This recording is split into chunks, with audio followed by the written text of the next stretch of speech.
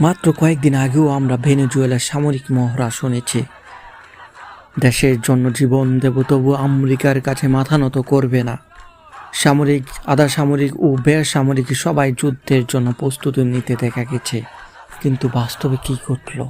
কয়েকজন সেনা নিয়ে একটি অস্ত্রসহ সুসজ্জিত হেলিকপ্টার আসলো। প্রেসিডেন্ট এবং তার স্ত্রীকে দেশ থেকে তুলে নিয়ে যাওয়া হলো। কোনো দৃশ্যমান প্রতিরোধ নেই।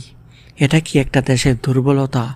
না, এটা ছিল সামরিক বাহিনীর ভিতরে লুকিয়ে থাকা বিশ্বাসঘাতকতার ফল। ইতিহাস বলে, যে রাষ্ট্র ভিতর থেকে ভাঙে তাকে বাহির থেকে ধাক্কা দিতে হয় না। এখন আসুন আমাদের নিজেদের প্রেক্ষাপটের দিকে তাকাই। আমাদের বারবার শেখানো হয় পাশের রাষ্ট্র আমাদের বন্ধু, কিন্তু ইতিহাস বলে পাশের রাষ্ট্র কখনো বন্ধু হয় না, বরং কৌশলগত প্রতিদ্বন্দ্বী হয়। পাশের রাষ্ট্র শক্তিশালী হয় পাশের রাষ্ট্রগুলোকে শাসন করার জন্য।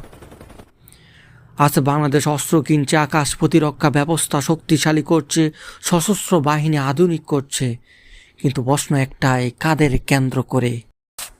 কিন্তু সেই শক্তি যদি ভিতরে গাপটি মেরে থাকা ঘাতকের শত্রুর সাথে হাত মেলায়, তাহলে হাজার কোটি টাকা অস্ত্র দিয়েও দেশকে নিরাপদ রাখা যাবে না।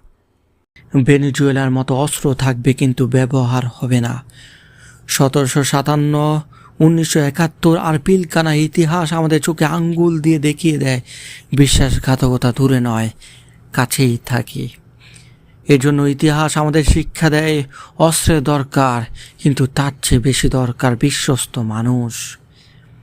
এই দেশটা কোনো দলের না, দেশটা আমার, আপনার, সম্বলিতভাবে আমাদের। ভালো থাকুক আমাদের মাতৃভূমি।